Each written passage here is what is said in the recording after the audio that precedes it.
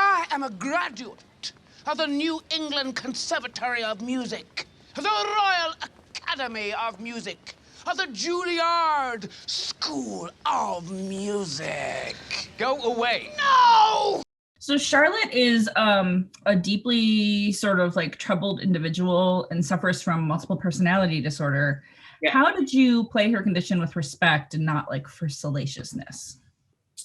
I just approached it like I approached all the parts. I just went for, I didn't really investigate the disorder so much, actually, if I'm honest. I just went for, because she's often can't remember what's happened when she comes to. So I didn't really want to be outside that experience. So I went inside it. The way that I did that was I just made each character a full character. So when I was Apollo, I was Apollo. There was no sense of Charlotte. I was baby Taffy, I was baby Taffy. And I built a kind of character for each of those in a very full way, as full as I did with Charlotte. And that's how I approached it. Not to spoil anything, but how did you become Dr. Hanover? Like, were you watching footage of John and, you know? I didn't know that was going to happen until we'd already started filming and stuff.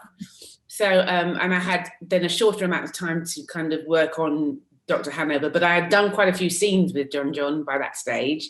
So I got to know him a bit. So I just listened to his voice more than anything else than watching. I watched some footage, but I more just listened to his voice.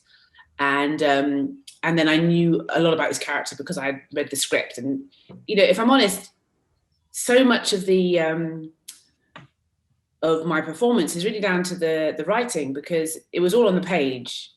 And all I had to do is really explore deeply the words, and then the characters came out of that. I didn't like put things on top of the script.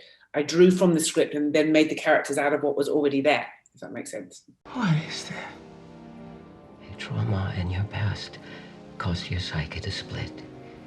We must get to the root of this trauma. I need to understand that.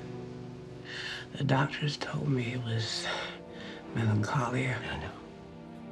You've been misdiagnosed. And a couple of your sort of characters have a lot of rage. How hard was it to like summon up that like fierceness? Well, I'm an actor. That's what I do. It's like my job is to have like a big range of powerful emotions. So it's kind of just it's like I enjoy going to work and doing that. That's what I really enjoy doing. So it's really exciting and like fun, and any challenge there is just filled with kind of gratitude for being able to do a job that I love. So I don't find working on this wasn't challenging for the reasons you think. It's actually much more challenging working on really bad scripts and trying to like stitch them together to make them sound better. That's the challenge. That's when it's quite tiring, but this isn't tiring. This is really invigorating. Like when you get like a script like this, it just gives you energy. So it is very meaty. Like I have to imagine it would be like a lot to like really grab onto and work.